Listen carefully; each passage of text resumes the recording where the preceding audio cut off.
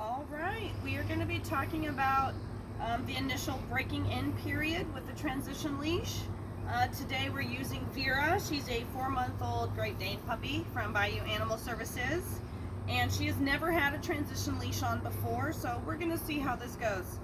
The first response we usually get is going to be fight or flight. But they don't generally like this the first time we use it, and it's really important that we work them through that calmly, yet firmly.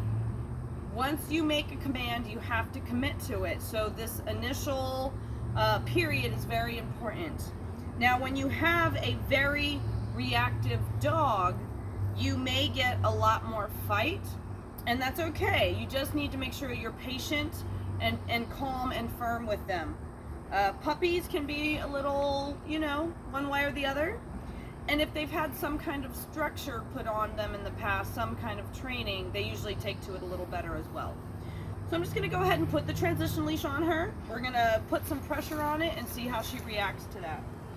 So I'm going to open up my tab here, take my little nose loop from my double ring, and it's going to go right over her little snout. I want to make sure it's tight enough that it's not going to fall off, yet not so tight that it doesn't release the pressure. And you can see I'm getting fight immediately.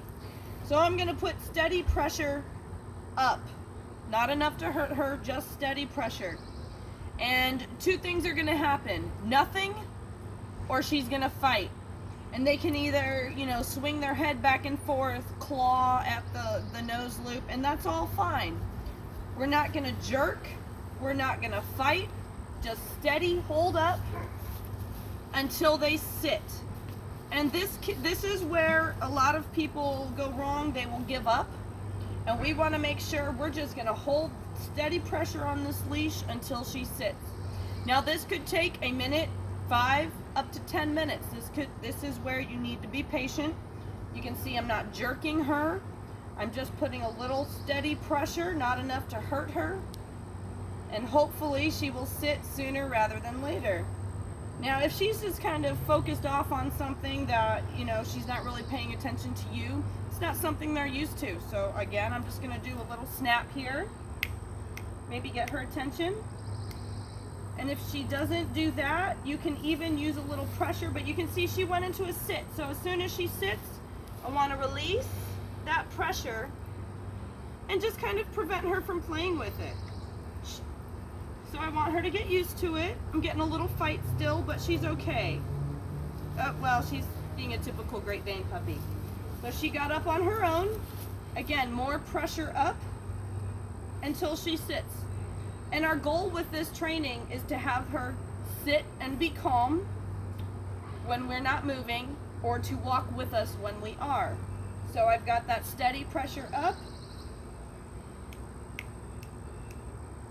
If she doesn't want to sit, you can give just a little pressure on their hindquarters to have them sit.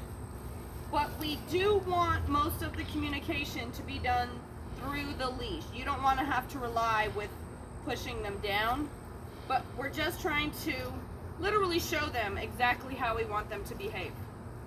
When we want them to walk, sit. I will give them a command. In this instance, it's going to be let's go. So let's go. Let's go. Walk. Good. Walk a few steps and then sit again.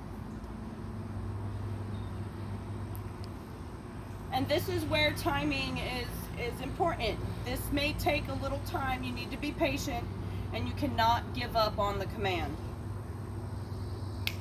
So when you're dealing with a leash reactive dog that wants to react every time a person walks up to you, once I get them past the fight, I'm going to ask them to sit.